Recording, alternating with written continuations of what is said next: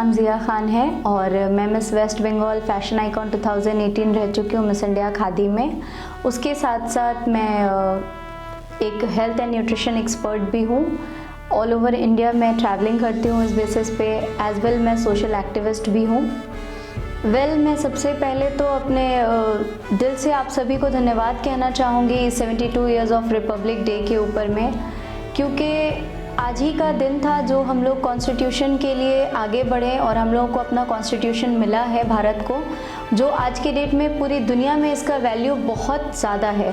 लेकिन बेसिकली देखा जाए तो 1930 में जब ये कॉन्स्टिट्यूशन हम लोगों को मिला था, उतना हम लोगों को लीगली अगर देखा जाए तो हम लोग के अंदर पावर नहीं था। बट जब देश आज़ाद हुई 1947 में, उसके बाद 1950 में ये हम लोगों के पास लीगली तौर पे पूरी तरीके से हम लोग को ये संविधान मिला कि ताकि हम लोग अपने हक़ की लड़ाई कर सकें। और इस हक़ की लड़ाई करने में आज के डेट में देखा जा रहा है कि युवा पीढ़ी जितने भी हैं, जितने भी यंगस्टर्स हैं, ये लोग सड़क पे आ कर के और अपने साइड से अपने इलाके से कुछ बेहतर करने की कोशिश कर रहे हैं। चाहे वो मेंटली सपोर्ट हो, फिज़िकली सपोर्ट हो, फाइनेंशियली सपोर्ट हो, सारे लोग अलग अलग तबके से आ करके और इकट्ठा बैठ करके सारे लोग प्रोग्राम्स कर रहे हैं। डे बाय डे हम लोग देख रहे हैं। बहुत अच्छा लगता है इस तरीके से जब हम लोग यूथ को लेके सोचते हैं या हम लोग एक हमारे मुआशरे के लिए हम लोग जब काम करते हैं तो बहुत दिली खुशी होती है। मैं एज अ सोशल एक्टिविस्ट मैं 10-12 साल से सोशल वर्कर हूँ, बट आज जो ये मैं 1-2 साल से देख रही हूँ, जब से NRC और CEA आया है, उस टाइम से ये मैं देख रही हूँ कि लोगों के अंदर एक अलग सा जज्बा आ चुका है, एक अलग सी सोच आ चुकी है इस चीज़ को लेकर के।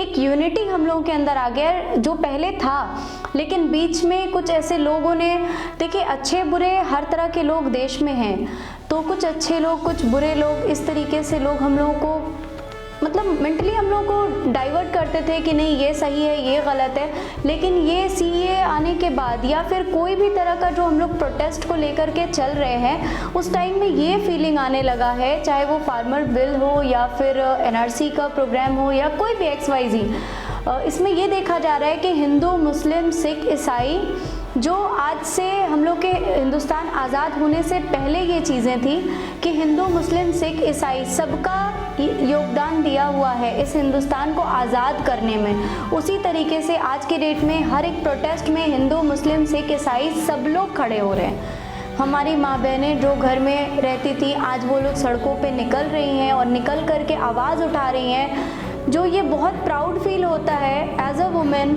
मैं वुमेन एम्पावरमेंट में बहुत बिलीव करती हूँ और मैं बहुत ज़्यादा ये कोशिश करती हूँ कि मैं ऐसी औरतों का मदद कर सकूँ जो लोग लाइफ में कुछ करना चाहती हैं बट समहाउ वो लोग नहीं कर पाती हैं। कभी हमारे पेरेंट्स की वजह से, कभी हमारे मुआशरे की वजह से, कभी हमारे सोशल, हम कह सकते हैं हमारे सोसाइटी की वजह से।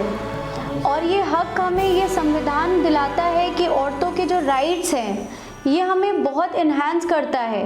तो ये सही तरीके से अगर हम इन राइट्स को अपने समझ सके तो मुझे लगता है कि आज की जो यंग जनरेशन की लड़कियां हैं, जो ऐसे प्रॉब्लम फेस करती हैं अपने शादी से पहले या शादी के बाद, तो अगर हम अपने राइट्स को सही तरीके से समझ लेंगे तो मे बी वो प्रॉब्लम्स उनके लाइफ में नहीं आएगी। तो मैं एक बात बोलूँगी, मैं एक कुछ लाइन लड़कियों के ऊपर मैं कभी कभी कविताएं लिखती हूँ, तो मैं लड़कियों के ऊपर खास करके ये वर्ड बोलना चाहती हूँ। लड़कियों खुद को पहचानो, क्या हो तुम। लड़कियों खुद को पहचानो, क्या हो तुम। माँ दुर्गा, माँ काली, माँ चंडी हो तुम। बीबी फातिमा भी तुम हो, मदर मैरी भी तुम हो। लड़कियों खुद को पहचानो, क्या हो तुम। कभी सोशल एक्टिविस्ट के शक्ल में, पुलिस की शक्ल में किरण बेदी हो तुम। कभी चांद पे जाने वाली कल्पना चावला भी तुम हो। हर बार बेआबरू होती हुई, कभी निर्भया तो कभी मनीषा हो तुम।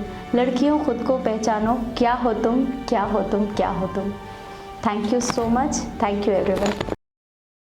Subscribe now and press the bell icon. Never miss an update.